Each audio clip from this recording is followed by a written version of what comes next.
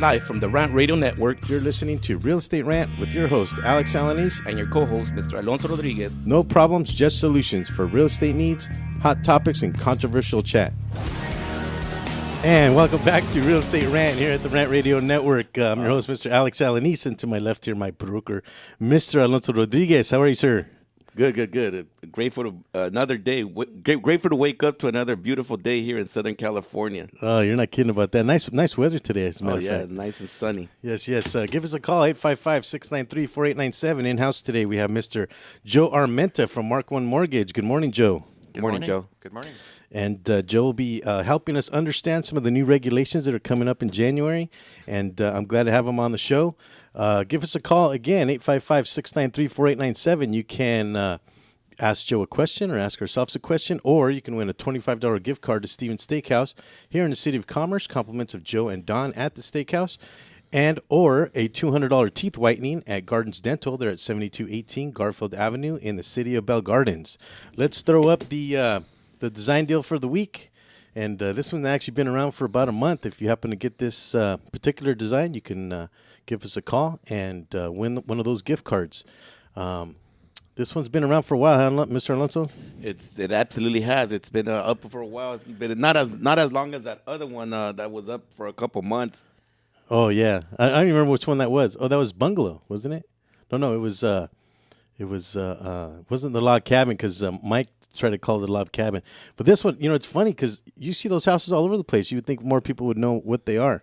Any idea what that is, Joe? No, none. No, okay. White House. I have the answer right here. Feel free to Google it or Wikipedia it. That's something that we try to educate our listeners and about different designs and what have you. So, Mr. Alonso, let me just say this real quick. realestaterantradio@gmail.com is the email that we use for the show. If you feel that you have a question and you're maybe too nervous or too embarrassed to call us here on the air, you can email us and we'll try to air your question on the air. And Mr. Alonso handles that. So did we get any emails for last week? We absolutely did. And this email comes from Maria out of Costa Mesa.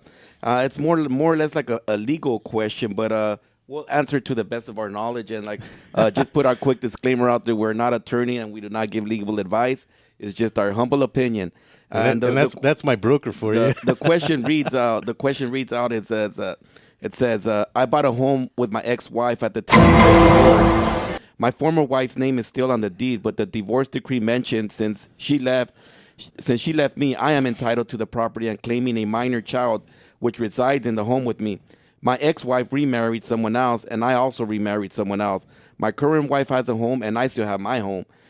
In the event of my passing, will my current wife get my home, or is it necessary for me to remove my ex-wife's name from the deed? Before any of the change in events occur, if the ex-wife's name does the ex-wife's name need to be removed?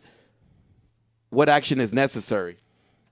Well, that's obvious. That's an obvious. How can I say it's black and white? That's remove her ass out of the title. That would be my. Now, if you have a divorce decree, the divorce itself, or it's a judgment, it probably says it in the judgment to if he did get awarded the home, it would say it. I believe it. I mean, the divorce decree is something else, but you need to file something in the courthouse, which have her sign a quitclaim deed or something, No. But what I'm saying is the judgment itself will say to take her off. In other words, that he was awarded the home, and now he's got the ability to do so legally. So if he goes and he records it with the county, there's no wrongdoing, there's no fraud. Correct. Right. Correct. Well, that's exactly what needs to happen. I mean, a properly completed quitclaim deed needs to be filed, and Well, yeah. I mean, that's my after that's the my divorce best decree guess. is issued, right away you should do that. And again, none of us are attorneys here. This is actually more a question for an attorney.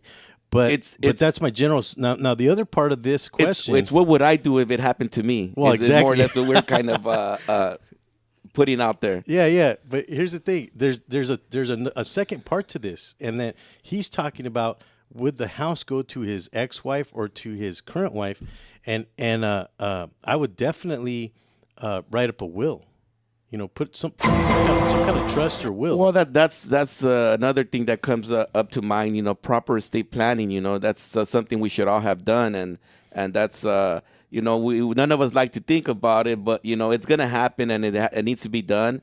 So just our advice. I mean, I myself don't have one done because we talk about death and it frightens me to death. What's the person's name? The person who wrote the email? It's Maria out of Costa Mesa. Oh, Maria. Okay, so, Maria. We had an individual on one of our shows. Her name was Ana Maria Jimenez with AMJ Probate. You can probably find her on the internet, or you can log on to YouTube. If you go to the Real Estate Rant shows, we did have her on one of the shows, and you can get her phone number there. She'd probably be a very good source to get that information, for your question. Because, again, this is a legal question, and us as realtors, we can give you our opinion, as Alonso said, but realistically speaking, you should take that with a grain of salt. Exactly. Well said, Alex. Are you a Mexican? Yes, we Mexican. can. Yes, I think I am because yes, we if can. no, right? like I always say, if no one can, a Mexican. Exactly. That spouse needs to come off title right away. I was speaking with Alonso a little bit this morning, and Alonso came up with Alonso usually does the research for the show, and Alonso came up with something incredibly interesting. Alonso, take it away. Well, there's just a story I've been covering, and it has to do with real estate, and it's I've been following the story of Michael Jordan's house up for sale, and it's supposed to be up for sale. Supposed to be auctioned on the 16th of December. How old is Michael Jordan now? I mean, how long has he been out of the I'm not the sure basketball arena? how old, but he was an icon for the NBA, and it's like. The interesting part about it was that I thought amazing was it's going up. You want to be like Mike, you need 21 million. 21. That's what they started at, right? Well, it was actually at 28. It was actually at 28. Well, it started at 28 million. Well, at 28 million they had it listed for, but now they lowered it to 21. And I guess it didn't have no offers, so now they're auctioning it off. And I believe they had no bids. Hey, this is a standard sale? Well, it's an auction sale now. It's an auction sale, and there were supposed to be no reserves. But I guess now, since there was no buyers, really strong buyers, they had no minimum bid on the auction, and now they have a reserve. They extended it once, so now it's going off again it's going to auction off on the 16th, and now there is a $13 million reserve requirement. And mind you, this looks unused. I mean, are these actual pictures of the home? Those are actual pictures of the home, and just to let you know, the home is 5,600 square feet. It sits on 7 acres. It's 9 bedrooms, 15 baths. Where is it at? It's in Chicago. Oh, Chicago. Okay. Yeah, it's in Chicago, and it comes also with a tennis court, golf course, weight room, and this is the. Assumably 23 was his number. 23, and I believe there was other pictures up there. Did you get the other pictures? Manny Pantalones? Mr. Pantalones, just a 3. Just a 3, right? Just a 3. Okay, well, there were some, and it's just a story. I'm curious to see how much it sells for. Well, that's interesting. So it's a standard sale. So what is Mike? Does it talk about where Mike's going to go, or what? Well, it's not a standard sale. It was listed for 28 million. They lowered it to 23. There was no bid, so now there's an auctioneer company that's auctioning it off. And so does that mean he owes more than that? Is it going to become a short sale? No, I believe it's clear. I'm talking about auctioned off is like when you already own a property free and clear and you don't get no bidders. Now you're turning to an auction, which is something that's popular now. I want to say instead of listing your home, you get it to be auctioned. Well, I would have to say this, okay? Anybody looking at this property, my name is Alex Alanis with AGR and Associates. I am a realtor, and I can help you with that purchase. Can you imagine the commissions on that? That's I'm not licensed in Chicago, but I will get reciprocity. No! And by the way, did I mention my broker is sitting here with me, Mr. Alonso Rodriguez? And I'll only charge you 10%. Yeah, I'm surprised the house is only 5,600 square feet. Well, I think. What about it being a 10,000, 12,000 square foot house? For that price, definitely. Yeah. But I think it has more to do with the notoriety of the individual who owns it. Well, Yeah, it's actually a pretty neat house. I was able to see some of the other pictures on there. It comes with the full size legal permitted basketball court I mean, I want to say none of like this funny business additions. no, I'm talking about a regular how can I say a basketball court that is regulatory to the NBA. You know, Regulation. Regulation. A regulation wise, basketball court. Yeah. That's That sits serious. outside and it has its own putting greens. Ain't nobody got time for that. Tennis courts, weight room. It's pretty amazing property. 9 acres. Well, and see, Has room. and maybe that's where, Joe, this is where you're talking about, is that none of that would be included in the living area. Well, The basketball court, the gym, Correct. all that stuff. Unless still, doesn't unless it some seem of it's small? inside, it does. I mean, if celebrities like this usually buy these big giant mansions, don't they? It's a 9-bedroom, 15-bath home. I mean, it's. But 5,600 square feet seems small to me. I don't know. Maybe not. Maybe it says a lot about Michael. Well, I What mean, are you trying to say, Mr. Pantalones? He's telling me something. Anyway, that's interesting. You know, I find that to be very interesting. You would think that the house would sell for more money, and I'm really surprised that it's gone down to, it's now at $8 million. That's a starting bid. The 13 million is a 13 reserve. million. 13 million, and like I said, he wanted originally the 28 mil. So what are your thoughts on it? Do you think that there's going to be overbidders on it? I'm curious because of him being an icon and always at an auction you get the blood flowing and you get Oh, yeah. you Well, get it's those the bidders excitement. that You it's get the all the- excitement and that's what I think is what they're trying to generate. Would they get the 28 million that he was originally asking? Well, that's what I'm curious to know. And like I said, I'm gonna tune in the 16th. We're gonna see if it sells or do they extend it. Well, I was going to because- say follow it because I'm interested to see what it ends up at. It would be funny if it ended up at 45 million or something like that. Yeah, and that's a curiosity of it all. It's like, you know, there's a big name brand like Michael Jordan. Does that play a big part or factor in this? I mean, do you remember Shaq's house when Shaq was selling his property? What did that sell? Do you remember? I don't remember, but I think it went into foreclosure. We're actually coming up on a break. Give us a call, 855-693-4897. And coming up on the next segment, Mr. Joe Armenta from Mark One Mortgage. All right. Stay tuned. Don't touch that mouse.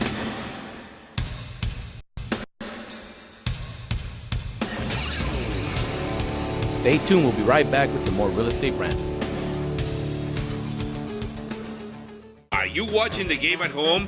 Why? Come watch it at Mambo Grill, the hottest spot in Downey. You'll have good food, drinks, and a great time at a low price. We have the coldest beer in our sports bar, where you can enjoy the game on any of our huge flat screen TVs. And when your home team wins, you get 25% off anything in Mambo Grill.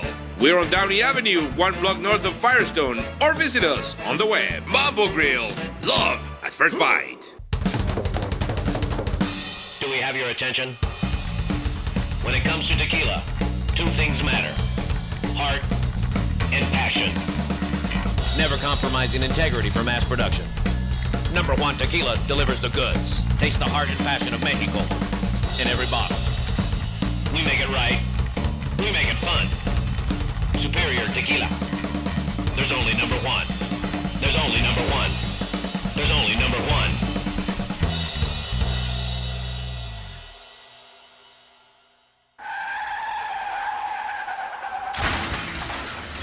Been in an accident? Then you need your vehicle professionally repaired.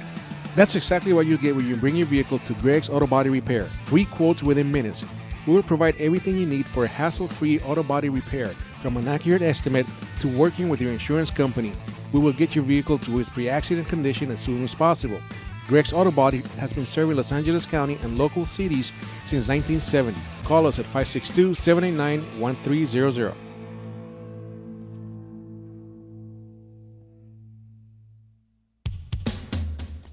A home is the biggest investment in most people's lives. Buying or selling should be a positive experience. Whether you want to be a wealthy real estate investor or just trying to find a place to call home, at AJR & Associates, we focus on the client's needs. We understand the market better than most. Let us bring the value to you and make the right choice. AJR & Associates, making your dream house a reality. Call us today for a free consultation at 562-882-1976. Or you can log on to www.agrrealtors.com.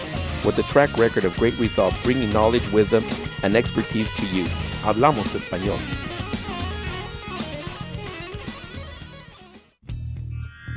Live from the Rant Radio Network, You're listening to Real Estate Rant with your host, Alex Alanis. and your co-host, Mr. Alonso Rodriguez. No problems, just solutions for real estate needs, hot topics, and controversial chat. Back to the Real Estate Rant here at the Rant Radio Network. Alex and Alonso, and in-house today we have Mr. Joe Armenta, Senior Loan Officer for Markwood Mortgage. Welcome, Joe. Thank you, Alex. Thank you. How are things? Thank you for having me. Can you hear me okay? I can hear you. Now I can hear you. now? Yes. All right. Thank you Okay, for moving up there. All right. Let's throw up the design deal one last time. 855-693-4897. If you happen to pick this design, you can win a $25 gift card or a $200 teeth whitening to Gardens Dental. We do appreciate their support. Mr. Joe, you are a senior loan officer. Yes, sir. Where does the word senior come into that loan officer? The gray beard, man. I'm old. Is that what it is? Yes, Does I'm that mean you old were now. doing Forget it. doing loans way back in the subprime era, where what would you say, before the meltdown? Way before that I Oh, started. way before. Wow. Okay. I've been in the business 23, 24 years now. Well, that's a pretty long time. I myself used to do loans before Joe. Way back in the years, I started off actually at Countrywide. Ah, I was working at Countrywide on Walnut over there in Rosemead. You know what? I never knew that. You were in Countrywide? Yeah, I really. used to work Countrywide. That's interesting. uh-huh. What, Joe? What got you interested in the lending field? What was it that brought you into that arena? You know, I think most people who get into the loan business don't look to the loan business. You end up meeting somebody or know somebody. I think that's how it is with everybody. I don't think anybody goes to college to get a degree in being a loan officer. It's actually the attraction to the money, or to the, I guess, once you're involved with a lot of real estate agents, you want to just sit back and have them bring you the stuff. Well, hopefully. Because sometimes Hopefully. I found out to be being an agent and being a loan officer is you're more on the field as an agent, as a real estate agent. A loan officer, deals with your real estate agent. You're going to gather information, and he's going to process it and do what it needs to be done. Yes. we And do that's all what the- that's what a lot of people. I myself, when I made the transition, I started as a real estate agent, and then I transitioned myself into a loan officer because I wanted to sit back in the office, and I was tired of running around showing people homes. Yeah, I've often thought about selling homes, but I don't like the idea of working on the weekends, driving in the evenings, and all that. So I like doing the backside stuff. It's funny you got out. Most loan officers believe that our industry is like the mafia. Once you get in, you can't get out. Well, Blood in, blood out. Huh? You know, I don't You want to can't get say out I don't somehow. want to say I got off. I still have my, how can I say, when I get a loan, I still got partners of mine that are working in the loan division, and we kind of swap deals, and the whole inside stuff of being a loan officer, and that's still something that's part of our integrated in our how can I say, in our network of people that we work with. Very important aspect of the real estate market, that's for sure. Now, No money, no house. with Markwood Mortgage, Joe, do you do residential, commercial? I strictly do residential 1 to 4 units. Yes. 1 to 4. Okay, 1 so to 4 units, conventional, FHA, VA. you're on the I'm resi- especially strong at VA. you're on the residential What, side. what are your niche products, Joe? Well, we don't have a lot of niche products. There's products out there these days for help, assistance programs. But the market is so hot that I don't find that realtors are looking for that right now. Everything is 50% down, all cash, 20% down. There's a hierarchy of offers. And, of course, everybody wants the all cash loan. There's a lot of people 50% down, 20% down. So these offers that come in where you have assistance, I tend to see the realtors aren't really accepting of them. So I got to be honest with you. My business is the basic loan program, 20% down, FHA, VA.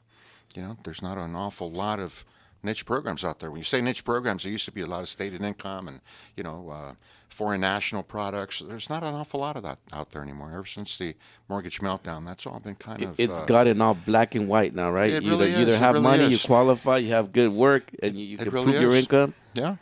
You turn on the news most every night, and you can hear the newscasters talking about how tight it is to get a loan. It's hard to qualify. A lot of people don't qualify anymore.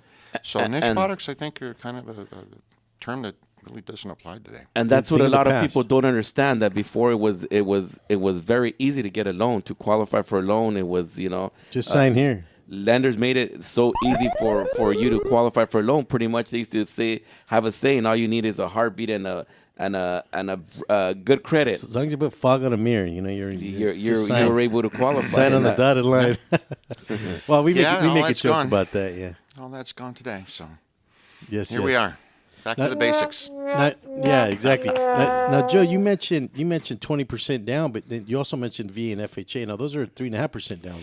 The FHA, basic FHA loan is 3.5% down. It's a government-backed program. The VA is similar to FHA in that you can, the VA only lends to veterans, number one. Okay, so, but with the Veterans Administration, you can take out a mortgage with no down payment. The most popular program they have is the VA that was 0% down, right? 0% down, VA no fees to the veteran, no down payment to the veteran. And it's not really that they're going in with 0% down. Is my understanding is that they're granting them the down payment. No, they're going in with 0% down. They finance 100% of sales price. So they're financing, and so the VA is just backing that loan. The Is that VA the way it backs works? the loan 100%. Yes, if something were to go wrong, the VA has the ability to foreclose on it, keep it, or write it off. Isn't it also It's a great program, by the way. A lot of realtors are scared of the VA loan. They think that when an offer comes in from a veteran, that it's not the strong buyer because the veteran's not coming in with any money.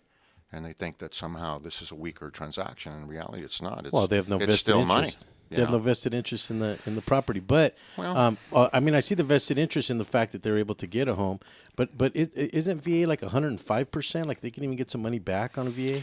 With most lenders today, you can charge a little bit higher rate and get some credit from the lender to help you cover fees. This is part of where the no comes in.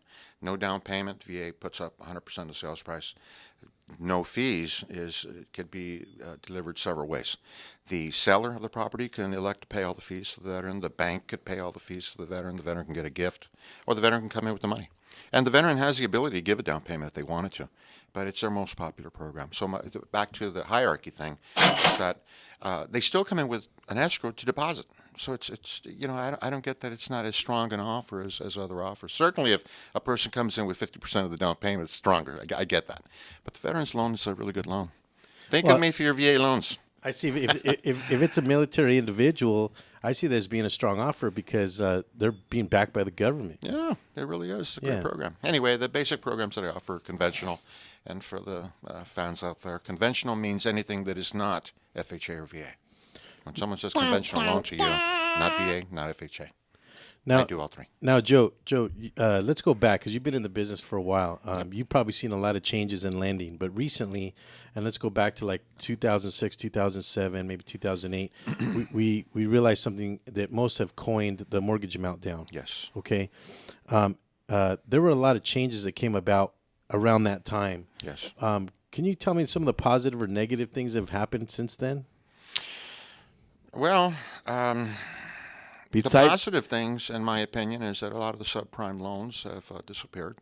They're that's exactly what it said. Besides getting rid of the option arms and Well, man. I disagree with you. I don't think the option arm was a bad loan. I think the option arm got bundled into the subprime mess, but the option arm was really not a bad loan. The option arm was something that Home Savings, Great Western Bank offered for many years, and there was really no problem with those loans. There could be abuse with anything. Okay? Sure. But I think that the option arm got bundled in with the subprime mess, and it's really not like that. So when you say the option arm is bad, the basic option arm, I disagree, was not a bad loan. Well, People- let's people talk don't about know. it's not what a is the bad option loan arm? if you really have the understanding of how to use the option Exactly. arm. But when Exactly. people were just when loan agents were just using it because of the high commissions, and we wanted to put everybody in the option arm, then that was the wrongdoing. That Predatory the lending. enticing of the commissions was what everybody tried to put someone in an option arm, and it was so appealing that your payment was going to start off at a really low increment. And everybody likes that. That's what everybody focused on. Well, but Joe, what is an option arm? Let me stop you. Yeah, go ahead. I don't believe that everybody thought that way. I really don't. I think that name got bundled in with some bad loans, and it ended up getting a bad rap. It has its place. It really does. And like he said, if you understand it, it could work for you. It really could. But for the listeners, can you give us an idea of what an option arm is? Well, an option arm used to, and I say used to because there's none around anymore. They would start with a low rate, probably, 2.99. And that rate would be good for 3 months. And then in the fourth month, what happens from that point on for the rest of the year, you would have 4 payment options. You would have the 2.99 payment, which would be what's called negative amortization, because in the fourth month, the rate was probably 5. So if you made that minimum payment, your balance actually went up. Your second option was to make the full payment, or excuse me, an interest-only payment, which kept your balance the same. The next option was a full 30-year payment, and then the fourth option was a 15-year payment. So you had the ability to pay it off in 15 years or 30 years, pay interest only, or pay the minimum. When you understood how the loan worked and use it to your benefit, it could really be great. It's when people would take advantage, like you say, of a person, just tell them, here's your payment, it's only 2.99, and they don't know about the difference. That's where the abuse came in. Having that loan fall into the subprime mess is a completely different thing. That was where rates were, about the same, fixed for 3 or 4 or 5 years, but you didn't have to say anything. You didn't have to say where you work. You didn't have to say what much income you had. It was just a matter of FICO. All a loan officer had to do at those times at Countrywide was, what's your FICO? It's 620. Oh, here's your rate. Is that true? And that was it. That was it. That was it. So when you ask me about the good and bad of what's been going on since that time, 2008, 2009, is the bad is that the good is that those programs are gone. And subsequently, all those loan officers are gone because all they needed to know was what's your FICO score. They didn't know how to do a real transaction. They had no idea how to put the package together, how to qualify a person, how to document the income, do the things that really needed to be done. They couldn't close a purchase escrow in 30 days if their life depended on it. So the good is that those programs are gone, and the loan officers who did them are gone as well. So the people who are still now in business, I believe, are true professionals, the vast majority. I really think that back then the level of mediocrity was immense, So the good, all that's gone. The bad is that we're left with over-regulation, in my opinion. I think we've gone off the deep end. The problem is gone. The issue has been solved. But our government is going off the deep end with a whole lot of additional regulation that I think is really hurting the borrower, because ultimately I think it causes everything to become more expensive. I really do. So. All right, and we'll cover some more of that on the upcoming segment. Give us a call, 855-693-4897. Joe is waiting for your questions. Alonso and I are also hoping to give out a gift card today for the Stevens Steakhouse and also for the teeth whitening. If not, lunch sounds good, give Alex. It to me. Yeah, exactly. Give it to me. It sure does sound good. Already. We are coming up on a break, but Joe, very interesting topic today. We will be getting into some new regulation coming up, and actually, there's been some new questions about that. So. Okay. Let's pay some bills.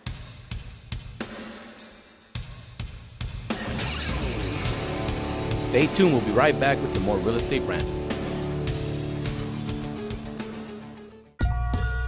Add some crazy flavor to your vape pen. You're looking for something new and exciting in liquid vapor? Go to Crazy Cloud's e-Juice. Find them at burstoflavor.com and try any of the new 12 flavors they have available. Blueberry, mint, raspberry, chocolate, gummy bear, hemp, watermelon, cola, orange, pina colada, coconut, or Red Bully. Call us today at 855-WE-BURST or visit us at burstoflavor.com and order yours today. The Share Foundation is the health division of the Coy Chiropractic Institute, a 501c3 509A2 public nonprofit organization dedicated to the growth and development of the natural health care services, in particular through the chiropractic profession, offering health services at the Share clinics in the greater Los Angeles area. Your donations can help in expanding these facilities across the nation, research programs, and public education, thus offering a solution to the many of the health challenges we face. Your donations are tax deductible and can be sent through our website at www.sharefoundation.com. That's www.cherfoundation.com by clicking on the donation button. Thank you. The experts know that for pastry, Baker's Bodega has it all. Exclusive brands like Westco Bankmark, Satin Ice, and Pastry Pride. One-on-one day seminars for cake decorating and gelatin art. So for our service, wide range of ingredients and supplies, and for the low prices, Baker's Bodega has it all. But you don't need to be an expert. Baker's Bodega, 7869 Paramount Boulevard in Pico Rivera. Come, we're waiting for you. Hey, bro, this is a good game. You know what would make it better? What, bro? A michelada. A michelada? What's a michelada? A michelada is somewhere in the middle of a Mexican Bloody Mary and a Mexican margarita. Oh, I got you covered, bro. You got a cup in your pocket? No, sir. I got my pocket-sized michelada. Mucho macho michelada. Pocket size? Pocket size, so you can take it with you anywhere you go. Where'd you get that at? At the nearest convenience store, and you can also buy it at muchomachomichelada.com. You know what will make it better? After we get drunk, if they had a line we can call. We can call their drunk line. You can leave a message and then log on to the site and listen to your stupidity afterwards. What's that number? It's 855-MICHE-69. What's that number again? 855-MICHE-69. Awesome. Mucho macho michelada. What's up, guys? Sports Guru and Butt Knocker from the Sportscast, Wednesdays, 12 to 2 Pacific on Rant Radio Network. We got everything you need to know about sports. We got all the latest video highlights. We got You Got Knocked Out. We got Bonehead of the Week. We're talking sports, drinking beer, and having a good time. If you missed the show, go to rantradionetwork.com and listen on demand. So check us out every Wednesday, 12 to 2 on Rant Radio Network.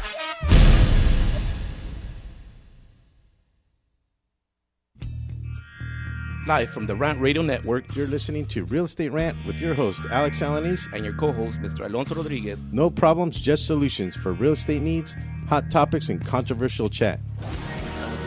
And we are back here at the Real Estate Rant, bottom of the hour. At the towers of the Rant Radio Network that we forgot to say in the morning. Did we forget to say that? Yeah, I believe we did. I kind of remember saying we didn't say the holy grounds. The stomping grounds. The stomping grounds, huh? Back from the hood.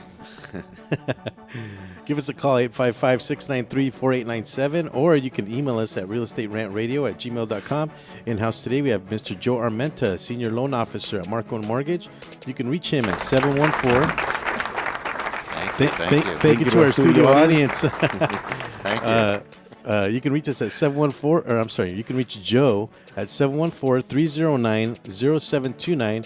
Or you can email Joe at joe@joearmenta.com. It's just like it sounds, ARMENTA. That's Joe at joearmenta.com. And Joe is putting together a website, so we don't have a website address at the moment, but I'm sure if you give him a call, he'll have one up in a few weeks. We were talking about what was going on in the past years, I want to say 6 or 7 years ago, with lending. And Good news, everyone. Yes, the negative and the positive that was going on back then. But it's brought on a lot of new regulation. And one of the things that I noticed right away was licensing. Yes. In 2010, the Dodd-Frank Act, what's the actual term? It was the Dodd-Frank Wall Street Reform and Consumer Protection Act, which brought in new licensing, national licensing. Can you hear me okay? Yeah, now we can. So in 2010, they created the national licensing system for mortgage professionals. In California prior, you just had to have a real estate license. Well, now you have to register and take annual testing and, background checks and the whole gambit. They want to know where you're at and what you do and if you're breaking the law, etc. So yes, we all have to, as loan officers, have to do that now. If you work for a bank, you don't have to have a real estate license. Does that still apply? Because I believe now if you work at a bank, you have to be NMLS. You have to be MLS, yes, but you don't have to be a real estate licensee. Yeah. Okay. Before you had to have a real estate license. You didn't have to have anything if you were at a bank. Exactly. Now you have to have it if you're an employee of a bank and not necessarily in real estate or which is now the license you need to do loans, right? The NMLS license. Yes, got to have that.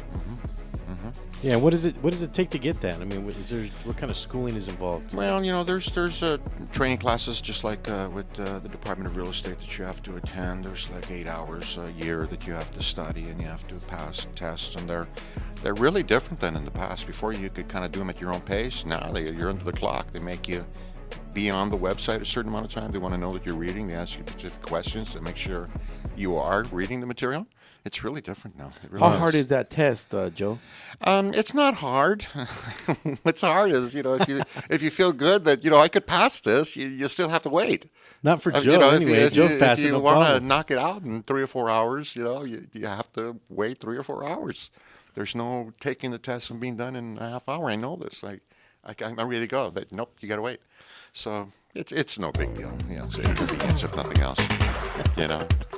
But But it's not that hard. They do want you to know certain things.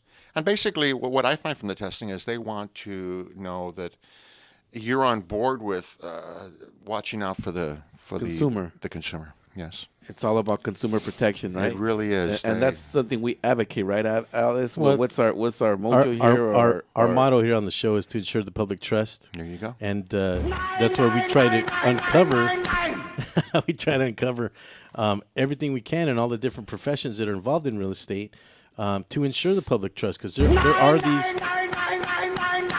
All of these protection mechanisms are being put in place, and most people don't even know about them. Yes. Us as professionals, maybe we know about them, but what are we really going out there doing? We're advertising our services, but nobody really knows. Yeah. But which brings me to a word that's kind of been loosely thrown around, and I know we talked about, I'm really not talking about this too much, but I just wanted to just tinge, Okay. Joe, if I may, predatory lending. Yes. Now I'm assuming, and I say that strongly because it is an assumption of mine, that predatory lending has brought on all this new regulation.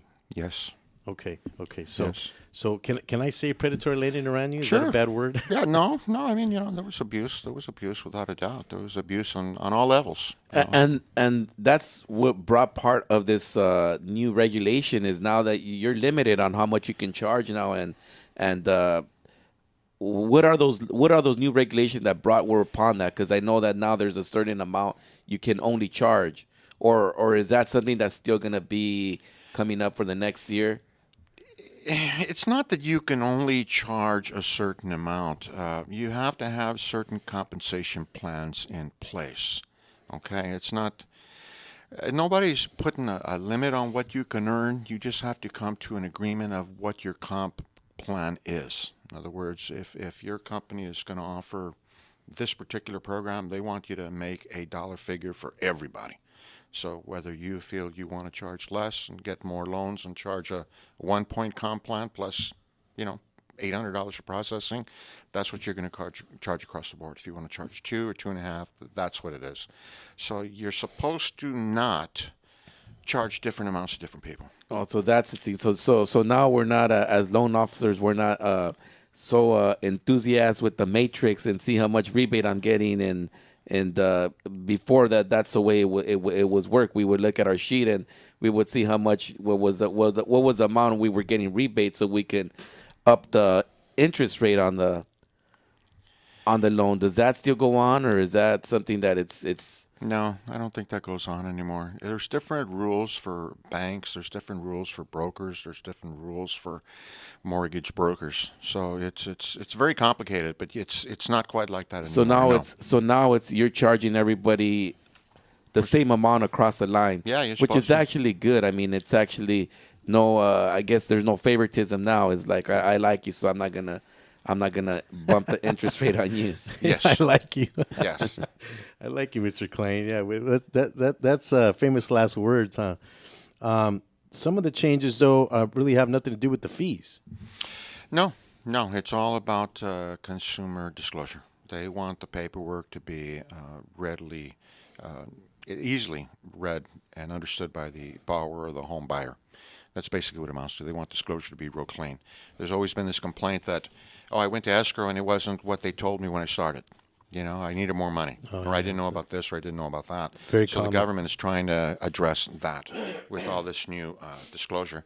When we talked earlier about the Dodd-Frank Wall Street Reform Act, there was a new agency that was created called the Consumer Financial Protection Bureau, and they're finally stretching or squeezing the muscles, as they say. Oh, this is a new regulatory agency? This is what just was announced November 10th of this year, 2013. Is there an acronym or a paradigm for that particular agency? Yeah, well, no, just the CFPB, Consumer CFPB? Financial Protection Bureau. Yeah, it's where a person would be able to go to complain about a loan officer or a realtor. Is that like another one? It's not just real estate. Is that like the BRE where they go file their complaints or something? Or Well, it's a complaint bureau, but it's not just real estate. You can go complain about auto and everything else. Does that have to designed do to with cover all consumers? For loans? Yeah, anything has to do with loans. Anything that has to do with consumers, like it's far stretching. It's far stretching. So another regulatory agency. Now we spoke a little bit about, and you were pretty passionate about this the other day when we spoke, Joe, about I think it was 4 tiers that you mentioned, and in terms of the disclosure, and you were saying that you kind of liked it. I do. There's aspects of the new paperwork that I do like, because the previous paperwork, even the paperwork when I started 20 years ago, was really not clear enough. You know, for example, your good faith estimate never said how much the down payment was. It disclosed everything else, but as a borrower's looking at it, borrower would like to know, what are my fees? How much is my down payment? What's my total? The paperwork never said that. It never has, up until 2010 when they kicked in with this first round of disclosure changes. So I would always get that question. Yeah, where's my down payment? Alex, I would never get that. Why doesn't it show that? Well, they want to know how much money is going to come out of their pocket. They want to see it very clearly. It wasn't really clear. The good faith estimates were never really clear. It was like, well, you always had the consumer going left home with the thought, well, how much do I need? Well, you have to connect the dots. That's usually what you had to do. I don't agree with that. I think it was clear. Maybe it wasn't explained properly, but there were certain aspects of it that I just thought were not complete. And the new paperwork I really do like, because it is simple. It is simple, and they've taken away the good faith estimate and the TIL, which is the truth and lending disclosures. 2 complicated forms, as you just said, because one, what is this? If it's not explained to them properly, we're back to the option arm. I don't know how it worked. What is it? See, so we're taking that away. The truth and lending disclosure was designed to give borrowers a annual percentage rate. Much like banking, when you put money in a savings account, you earn interest, and then they pay you interest on top of the interest. The APR basically explained to people what the annual percentage rate was expressed when you take your loan, your amortization rate, plus all the fees that you paid, because all the fees that you pay are part of the cost. So that becomes complicated. Why did you tell me the rate was 4.5 and my APR says 5.25? Well, it's because of the fees you're paying. Well, I didn't pay any fees. You're right, but I still have to disclose that. Those 2 forms are now gone. You don't have a good faith estimate. You don't have a truth and lending disclosure. Now you have what's called a loan estimate form, and that's the form that I like, because it's very, very simple. It explains everything. Here's your down payment. Here's the kind of loan you got. Here's your fees, and they break down the fees into 2 categories, which us as professionals know. You have recurring fees to close the deal, and you have non-recurring fees. Non-recurring fees would be like points and escrow and title and appraisal. These are things you pay one time. After you own the house, you don't do that again, right? But the prepaid items are recurring fees. Those are insurance, taxes, and the loan. Because once you have the house, what do you have to pay? You have to pay the money, got to pay the bank, right? Got to pay the tax, got to pay the insurance company. So those things are broken down real nice. It shows you what your down payment is, and it explains everything. Does the loan have a prepayment penalty? Is there a balloon payment? Will the payment ever change? It's very, very, very simple. I do like it, and that's new. And it's still an estimate, though, right? It's still an estimate, but much like the previous change of 2010, it's almost not, because there's certain tolerances with the estimate. If you're off a certain amount at closing, as a loan company, the loan officer, you're going to eat it. They're not going to. Yeah, they're not going to let you. So this is why my personal take on the over-regulation is going to hurt the borrower, because I think the industry as a whole is going to price up. Because what if there's some mistake? What if something happens that's out of my control? What if I give a client an estimate, and then this client feels confident, I'm getting my house, I'm going to close escrow next Thursday, I'm going to go buy a car. Excuse me there for a second, Joe. We were coming up on a break. Okay.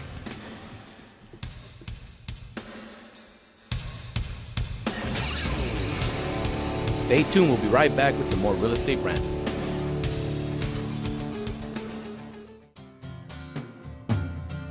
Looking for a delicious, fresh family meal that's ready when you are and easy on your budget?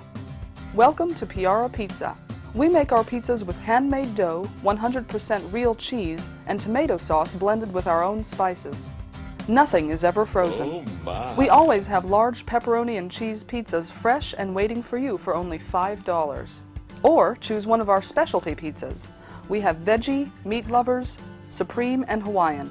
Add an order of our amazing hot wings, cheesy bread, or breadsticks. Our locations are ultra-modern, ultra-clean, and open 7 days a week. Visit any one of our locations today, or check us out on the web at www.piarapizza.com. Piara Pizza. Fresh, hot, and ready for you when you come in. Stop in for your Piara Pizza today. Hey, stop it. ProTech Carpet Tile and Care provides professional cleaning services for carpet, tile, grout, upholstery, and fine area rugs. ProTech technicians are professionally trained and certified cleaning and restoration experts. We specialize in restoring damage caused by heavy soil and odor. We can remove challenging spots such as coffee, tea, ink, gum, wine, and many more. We have saved our customers thousands of dollars on new flooring and furniture expenses with our advanced cleaning processes. Call for a free estimate at 562-447-4300 and visit us on our website, www.myprotectsite.com. Hey, this is Joe Perez, owner at ProTech. Just reminding you that ProTech Carpet and Tile Care is your professional choice. Shut up! What's wrong? I can't stop craving a cigarette. I just quit. Hey, what are you smoking on? Oh, this? Best e-juice on the planet. Burst of flavor, of course. What's that? Only the best alternative to smoking with a great flavor. It has a burst of flavor in every puff. Well, does it have nicotine? It comes in different levels, including zero. They have 20 flavors and more coming. All the products are made in the U.S. Check them out at www.burstoflavor.com or call them at 855-WE-BURST. Hey, let's burst together. It's not just flavor, it's an experience. Cigarettes, you've met your match. Number one. Number one. Is that a stutter or as high as you can count? I was ordering number one tequila. Everybody's asking for number one. Great, another fancy bottle. These guys are true artists. Never compromise integrity. They make tequila Come the on. old-fashioned way. Never mass-produced. So what are you saying? I'm saying have the number one. Anything less is number two. Number one, tequila. Everyone, even Elvis loves Firehouse Chefs. Catch FHC Radio every Wednesday from 8 to 9 p.m. on the Rant Radio Network. Live from the Rant Radio Network, You're listening to Real Estate Rant with your host, Alex Alanis, and your co-host, Mr. Alonso Rodriguez. No problems, just solutions for real estate needs, hot topics, and controversial chat. All right, and we're back. Real Estate Rant here at the towers of the Rant Radio Network. At our stomping ground. The holy grounds of the Rant Radio Network. And again, we thank the studio again for allowing us to do the show. I'm your host. To the Bat Cave. Yeah, exactly. I'm your host, Mr. Alex Alanis, and my broker, Mr. Alonso Rodriguez, is kind enough to join us and give us his take on things. In studio today, we have Mr. Joe Armenta, and he was talking to us about the lending industry and what's going on in future aspects of the field. Joe's with Markman Mortgage, and you can reach him at 714-309-0729, or you can email him at joe@joearmenta.com. Joe, we were talking a little bit about the loan estimate form. Yes. And it actually broke off into a couple of other different things. How is that different from a closing form? Well, where we were headed, just so I can wrap that part up, Please. is that you had mentioned, can things change or will things change? Fees can and I said that they really can't. We were talking about it was an estimate, right? Well, it is an estimate, but it's really more closer to a contract these days because you can't be off a dramatic amount. When it comes, there's three parts to the current good faith estimate. There's origination fees, which cannot change. When I meet with you and I tell you I'm going to charge you, $4,000, that's it, right? The new regulation says I have to still do that, but I have to make sure that you qualify, right? Okay, good, that's fine. That's what we do anyway. You just make it official now. Second part are items that are ordered on your behalf that you cannot pick, and those can change, okay? Those can change a little bit. They can change 10%. The third part are items that you can pick. You can pick your insurance company. You can pick your title, not title. Well, you can pick your title, but you can pick your termite. You can pick your home warranty company. You can pick your notary. These things you can pick, and those things can change. That's not our industry's obligation. Because of these tolerances, I really think that everybody's going to price up. Because if something happens during the process, you'll lose money. For example, I was mentioning that you got someone pre-approved, they're ready to go, they're just waiting on the loan documents, and what does the borrower say? I'm going to buy a BMW. And they go and buy a BMW not knowing that the lender's going to rerun credit the day before they close. Now the borrower's FICO score went down. Yeah, I always. Whose fault is that? I always tell my clients, do I not said- buy anything big, but as you're buying when you're buying a house. So now I have said I'll charge you $4,000, but guess what? That BMW FICO score hit now probably cost me $2,000. Oh wow! So now you see the quandary that we're going to be in the industry. That's maybe a bit of a stretch of an example, but it's an example nonetheless of I think what people are going to be worried about. That's so now the extreme. Yes, it is. So now you ask about the closing disclosure. So the closing disclosure is going to replace the current version of the HUD and the RESPA forms. The closing disclosure, funny as it may sound, is going to be more in line with the old good faith estimate worksheet. The estimated, the loan estimate form is going to give you bulk numbers. Here's what the non-recurring costs are. Here's what the recurring costs are to close your escrow. Here's what your down payment is. Here's how much money you need. Okay. The final closing form will have a detailed description of what those numbers are. And hopefully they'll be the same. They will be the same. They won't be dramatically off. Because again, if there are variances, somebody's going to pay for it. And typically it'll be the lender or it'll be whoever's fault it was for giving the wrong estimate. You know, if I call title and escrow and ask them, hey, what are your fees going to be on this transaction? And they tell me that it's this, and then they deliver differently, it's their fault. I see. We'll have to work that out. So that's a bit of a concern. But the closing disclosure, interestingly enough now, when you go to close escrow, they're adding something brand new called the 3-day rule, which means that once the loan is approved and docs are ready, those docs have to be sent to the borrower, and the borrower cannot sign for 3 days. So now the borrower has 3 days to review them, take them to a friend, take them to an attorney, take them to whoever to review them. So what this 3-day disclosure does is it works in two ways. It's number one, going to give them the ability to question and to review everything. And now the consumer cannot complain.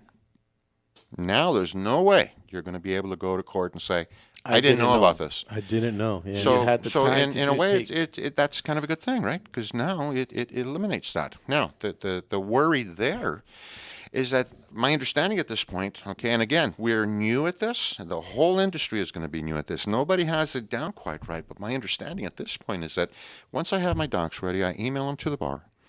Borrower has them for 3 days. They're supposed to show up on the fourth day to close escrow to sign. If they don't show up on that fourth day, guess what happens? The loan, the docs expire. You got to start over again. You have to draw docs. You know why? Because the interest is going to be different. There's going to be more interest charged. What if you were planning to close on the 28th and there's a holiday and the guy didn't show up on the last day of the month and closes into the next month? Well, now there's 30 days. Yeah, 30 days interest. More interest. Now the APR changes.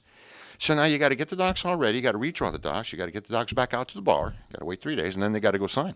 So these are things that I think are going to have a dramatic effect on The us, end of the know? month is going to be all new interesting thing to come up on anymore. But, you know, Now- there are disclosures now, Joe. I'm trying to ascertain the difference of what's happening here. Is it because they're now more user-friendly? Is that, in other words, me as a consumer, if I'm looking at these loan docs, because there's loan docs now, I mean, I'm sorry, there's disclosures that come out now that, you know, when I see them, you know, they're fairly confusing. Well, the idea of all of these changes are for the borrower to understand them better so that they can shop. They'll have something clear-cut that the whole industry is going to follow, and now they'll be able to get them from several lenders, several loan officers, and they'll be able to go out and hopefully shop for the best deal, which is something, you know, consumers can do now. And that's good. You know, shoppers always get the best rate, but do shoppers always get the best service? Do shoppers always get the best knowledge? You know, do you get a person who's brand new, who's, you know, just told to sell it this way, or does that person really know how to close the deal? So it's designed to help the consumer shop. That's what all this is all about. Nice. That's what it's all about, yes. And then another of the topics that we were covering early on the break was the way they order appraisals now. Oh, geez. Joe, can you elaborate a little bit on that? So we all know that the economy has taken the world economy has taken a tremendous hit over the housing mortgage meltdown, right? And I got to tell you personally, and this is my own little rant here, I think the one thing that has hurt the real estate market more than anything since all this disclosure business came in was the creation of what's called the HVCC, which is the Home Value Code of Conduct. They took the ability away from the loan companies and the loan officers to order the appraisal. We today have to order the appraisal through what's called an AMC, a management appraisal company. I have to call this appraisal company, and I have to give them my borrower's credit card number because they want them to pay for it. And I have to give them the address, and I have to tell them who the person is to contact. Well, that's it. I can't tell them what the sales price is. I can't tell them what the value that we need to come in is. No more value checks. Then can I get a value? You can't do anything. Now, the idea behind that is that, again, there was abuse. You know, there were appraisers who maybe said that they were being pressured to bring in values, etc. And clearly, that's no doubt that happened. I can testify to that, Joe. Yeah, you used to be an appraiser. Now, the downside for me is that, okay, there was abuse. Again, the subprime loans, the subprime people are gone. Problem was solved. Well, does that mean that the appraisal abuse will be gone? No.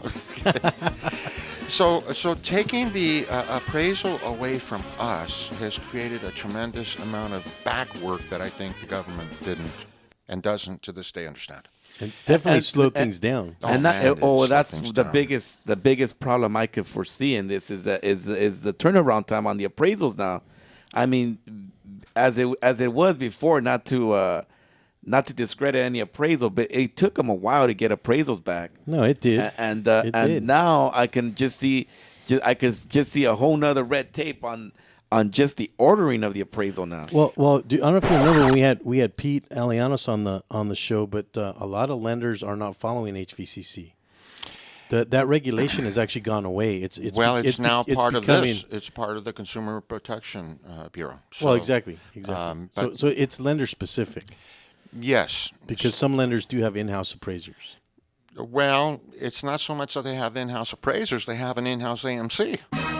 Okay. So see this which almost eliminates the protection. It takes the protection away completely. The government said you cannot be involved with the appraisal, but they said you can own your own appraisal company.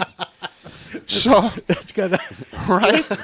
So great. Well, there's the protection. So now let's compare to what it used to be and what it is now. Okay. Before I could call a fellow that I worked with for 20 years. My guy was David Drift. I could call David and say, Dave, Alex's buyer wants to pay this house, but he's a little concerned about the value. They want to sell for $150. What do you think? I'll never appraise at $150, Joe. I think $135 is max. I don't think we can go any higher than that. I think they'll question it. Now I can come back to Alex and say, hey, Alex, my appraiser said it ain't going to work. Okay, deal. We'll go find another house. It don't work like that no more. Now Alex has to take 2 hours to fill out the signed contract, stay with those people over the weekend, at night, do the contract, take a deposit escrow, go open up escrow, right? Then I have to take an application. I have to run credit, qualify, and get their tax returns, W-2s. I've got to verify their income. I've got to verify the money in the bank. I got to get escrow instructions. I got to get title reports. I got to do all that. Then I can order an appraisal for the appraisal to come back low. So now you compare all that work that was done by everybody when we could have simply made a phone call and find out if it would have worked or not. The difference, though, Joe, and let me play devil's advocate, is that the seller now will either have to lower the price, because even with an FHA loan, that appraisal goes along with that property. So he's not going to sell it for any more than what it was appraised for. And even worse, the appraisal, the borrower has to pay for it. The appraisal does not belong to the borrower. The borrower pays for it up front, and the appraisal belongs to the MC company. It belongs to the bank. You don't get it. They'll give you a copy of it. But if they come back and say, hey, you know what, I'm going to go from Wells Fargo over to this company, or I'm going to do this, can you change the name on it? No. Yeah, you can't. So now you got to order. They can change the name on it as long as the lender allows it. And the lender ain't going to allow it. Well, I've had it changed. If the lender allows it to go, the lender might not accept receiving it. Yeah. Because this lender may say, we only work with these AMCs. A separate buyer. Separate buyer. We're coming up to the end of the show, Joe, here real quick.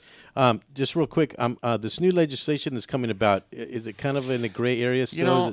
Is there a date that it's coming about? I attended my first seminar, and they said it was supposed to kick in January 24th of this coming year, but according to the actual release, it says August 1st, 2015. So we're still a little up in the air about it, to be honest with you. As far as it kicking in earlier. Wow, yeah, okay. August 1st. So that's a while. That's a year and a half. Well, like they have to give us time to work through these bugs. There's a tremendous amount of investment, for processing software and delivery systems, etc. Well, thanks for joining us, Joe. Thank you. Thanks for joining us. Very informative. It's been a pleasure, Joe. And like I say, I myself, I'm gonna eye opener now. It's interesting. Yeah. Join us next week here at the Rant Radio Network. All right. Thank you.